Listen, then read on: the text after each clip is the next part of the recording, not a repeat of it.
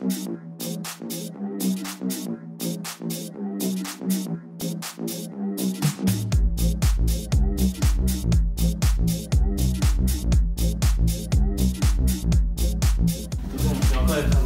n'est pas encore ouvert.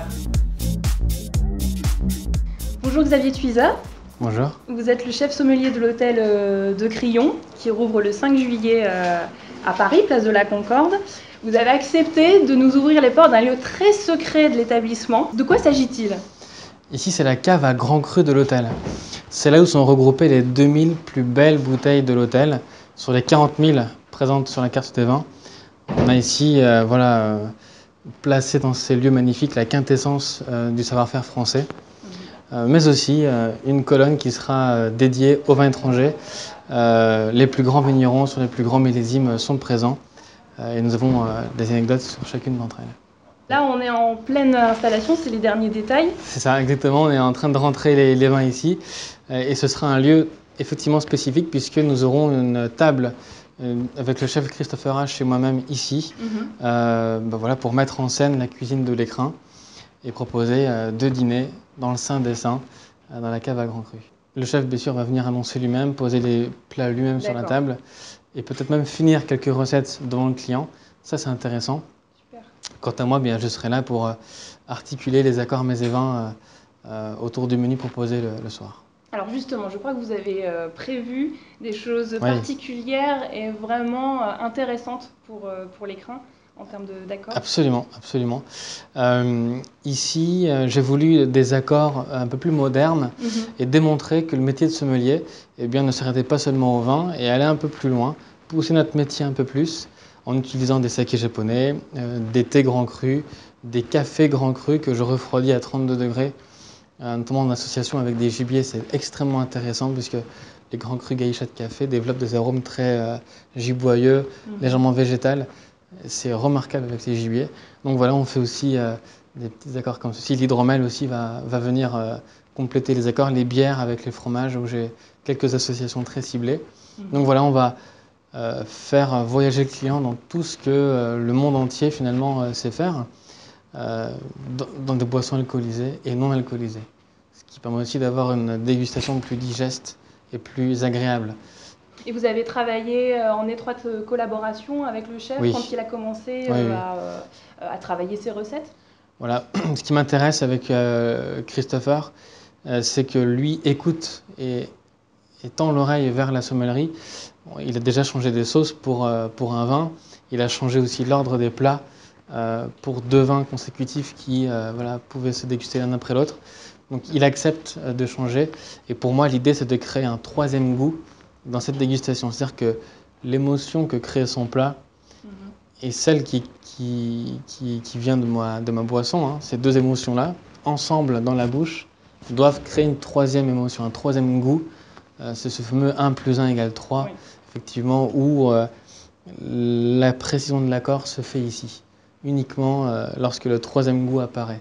Ce qui est intéressant, c'est qu'avec le plat signature du chef, vous avez imaginé un thé, et pas n'importe quel thé. Oui, effectivement, avec le champignon de Paris, qui est sa signature au chef, nous sommes partis sur un thé puer de Chine de 8 ans d'âge. C'est un thé noir qui ici donc fermenté, qui au fur et à mesure du temps est présenté comme une galette séchée. Les Chinois, bien sûr, considèrent ce thé comme l'élite absolue du savoir-faire chinois. Et ce thé donc, développe des arômes de terre. Revenons à la cave. Est-ce que vous pouvez nous présenter ce que vous avez déniché aux 4 coins des vignobles français et du monde? Alors effectivement, ici, 16 pays sont représentés sur la carte. Des pays aussi un petit peu exotiques et pas courants sur une carte. Chypre, par exemple, avec le premier vignoble du monde, la Commandaria, moins 1000 avant Jésus-Christ. Le Pérou, notamment, toujours intéressant, la région de Tacama, fantastique, avec des vins rouges assez frais et délicats.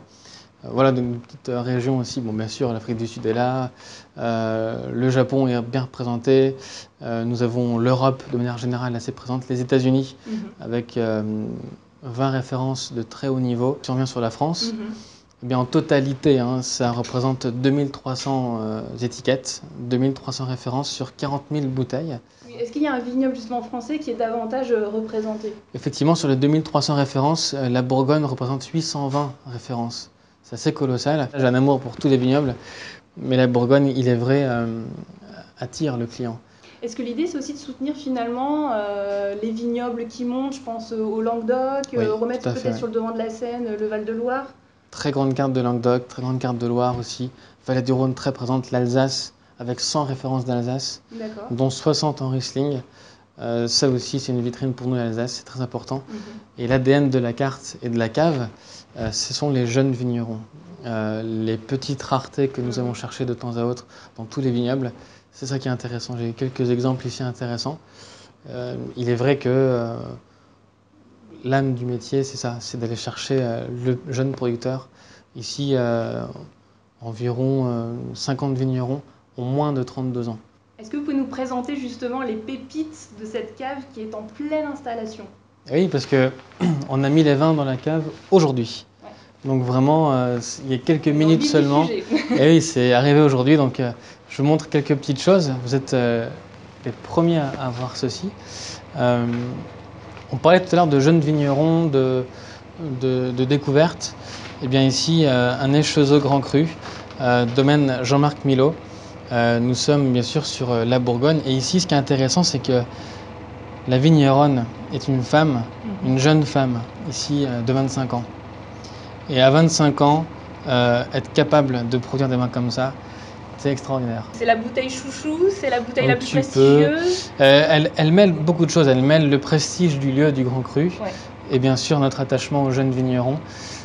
Et vous imaginez Qui plus bien... est une femme. Qui plus est une femme, bien C'est sûr. très tendance de Et parler complètement, des oui. femmes dans le vin. Mais les femmes sont très douées parce qu'elles ont une sensibilité de vigneronne qui est quand même très intéressante parce qu'elles arrivent vraiment à extraire toute la finesse et l'élégance dans leur savoir-faire. C'est vraiment fantastique. Une des bouteilles mythiques que nous avons ici, c'est le Richebourg Grand Cru, Richebourg 2009 de Jean Griveaux. Voilà, pour moi, Richebourg aussi, c'est une référence absolue. Le voisin de la Romanée-Conti, hein, juste à la droite de la parcelle mythique. Le Richebourg trône et propose ici des vins très, j'allais dire, aristocratiques, intouchables, durs au début. On n'arrive pas à le saisir très rapidement dans le verre, mais par contre, si on est patient, sur la longueur. exactement, quand on est un peu patient, là, le Richebourg s'exprime pleinement. C'est un vin qui vous teste. Il teste votre patience. Alors après, l'autre côté, on est sur des choses plus classiques, très connues du grand public, mais qui est quand même la vitrine du vignoble français ici. C'est tout ce que nous avons racheté ici, c'est cette collection de Pétrus. Nous avons en tout 10 millésimes du château de Pétrus, pardon. On ne dit pas château à Pétrus. Et c'est le vin qui fait rêver le monde entier. Est-ce que pour autant, on pourra s'offrir une bouteille de vin de l'hôtel de Crillon? Rassurez-vous, oui. Ici, sur les 2300 références, on a à peu près 350-400 références à moins de 100 € et 150 références à moins de 60 €. Donc effectivement, dès 45 € on a des bouteilles et chacune de ces bouteilles a été choisie avec un soin particulier. Donc évidemment, on pourra sans aucun stress ouvrir la carte des vins. Et j'ai bien fait attention que sur chaque page, il y ait des prix à 2 chiffres. C'est très important dans chaque région. Parce qu'il y a une envie de démocratiser aussi le vin au restaurant qui reste un petit peu... M'enlever les mots de la bouche, c'est exactement ça. Le but est vraiment de rendre le vin accessible. Beaucoup de gens ont peur en rentrant dans ces établissements en se disant de toute façon ça va coûter une fortune. Pas du tout. Ici, c'est un savoir-faire qui doit rester accessible. Et voilà, à l'hôtel de Crillon, on a la chance de pouvoir nous exprimer comme ceci et de mettre en scène ces jeunes talents à des prix fantastiques. Que reste-t-il de la cave avant la fermeture de l'hôtel? C'était en mars 2013. Exact. Suite à la vente aux enchères, eh bien, les grands crus ont été préservés par mon prédécesseur. Donc j'hérite beaucoup de Bourgogne, de Champagne et de Bordeaux en majorité.